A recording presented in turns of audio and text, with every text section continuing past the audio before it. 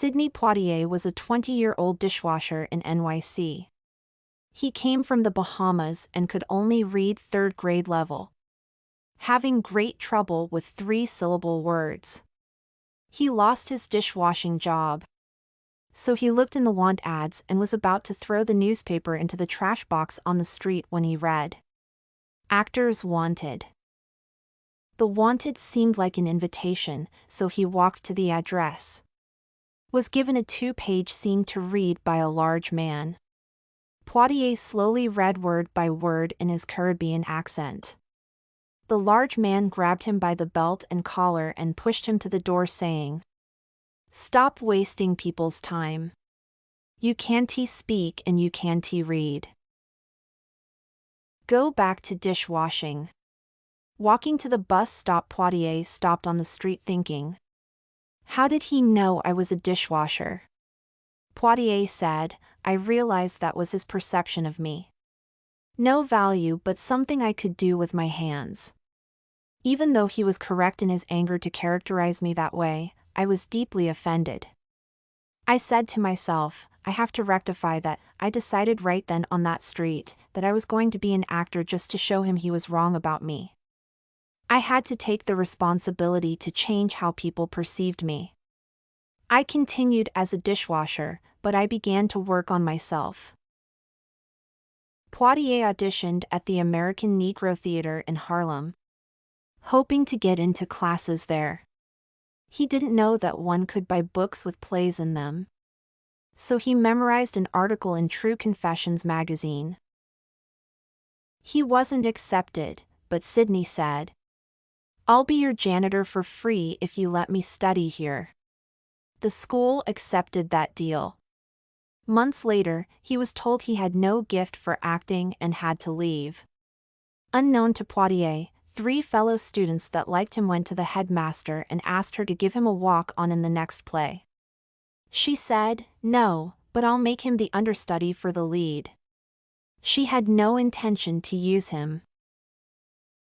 However, the night of the play, the lead, Harry Belafonte, had to help his janitor father carry out the 6 heavy boxes of furnace ashes. And it had to be done that night. So Poitier went on, knew his lines and did his best he could. In the theater that night was a producer that offered him a bit part in his next play. His character was the first to speak as an excited man who has to tell some news in the first scene, and that was all. Poitier said, "When I looked out through a peephole at the 1,200 people waiting for the play to begin, I became paralyzed with fear. I ran out on stage and started with my 7th line first. The other actor's eyes bulged out, but he came up with the right answer. We skipped around lines, then my character left the stage and that was my only scene. The audience didn't know the play, so they liked my confused, excited character. However, walking back to the room I was renting, I decided to give up on acting. I bought 4 newspapers on the way home and was surprised that I was mentioned favorably in 3 of them, like, 'Who was that funny kid that came on at the beginning?' So I decided to continue acting. After a few small parts in small movies, it was 1954.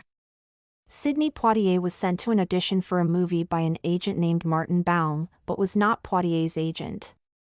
Poitier read a scene in front of the producers, they wanted him and gave him a full script to take home. Poitier's character was a janitor who saw a crime committed by gangsters.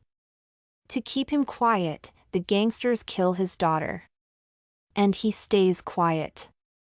Poitier said, "I really hated it. At that time, I had no objections to playing a janitor, but I hated the idea of a father not taking action on the gangsters. The janitor permits what the gangster do to him.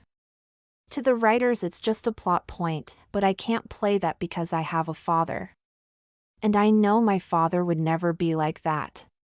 And as a father myself, I would never be able to not attack those gangsters. I want to do movies that show who I am as a human being." "You need that money, don't you?" Poitier desperately needed the money.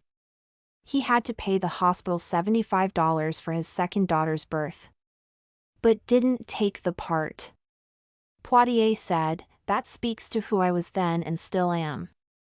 And who I am is my father's son. I saw how he treated my mother and family. I know how to be a decent human being. So I pawned my furniture, such as it was, got $75 and paid the hospital. Then I went back to dishwashing."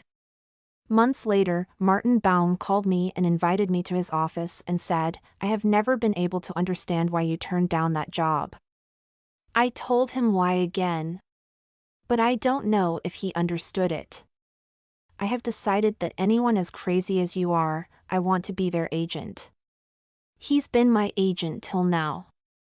Poitier won an Academy Award for Best Actor for Lilies of the Field in 1963. 5 years later, Sidney Poitier was offered the lead in the Heat of the Night to be produced by Walter Mirisch, West Side Story, The Magnificent Seven. Poitier said, "When I read the script, I said, 'Walter, I can't play this. The scene requires me to be slapped by a wealthy man and I just look at him fiercely and walk away. That is not very bright in today's culture. It's dumb. This is 1968. You can't do that.' The Black community will look at that and be appalled, because the human response would be different. You certainly won't do the movie with me this way. If I do this movie, I insist to respond as a human being. He pops me and I pop him right back. If you want me to play it, you will put that in writing. Also in writing you will say if this picture plays in the South, that scene is never removed." Walter said, "Yeah, I promise you that and I'll put it in writing." But being the kind of guy Walter is, his handshake and his word are the same, so I didn't need to have it in writing, and he kept his word. That scene made the movie. Without it, the movie wouldn't have been as popular. In the Heat of the Night won 5 Academy Awards: Best Picture, Best Screenplay, Best Editing, Best Sound, Best Actor Rod Steiger.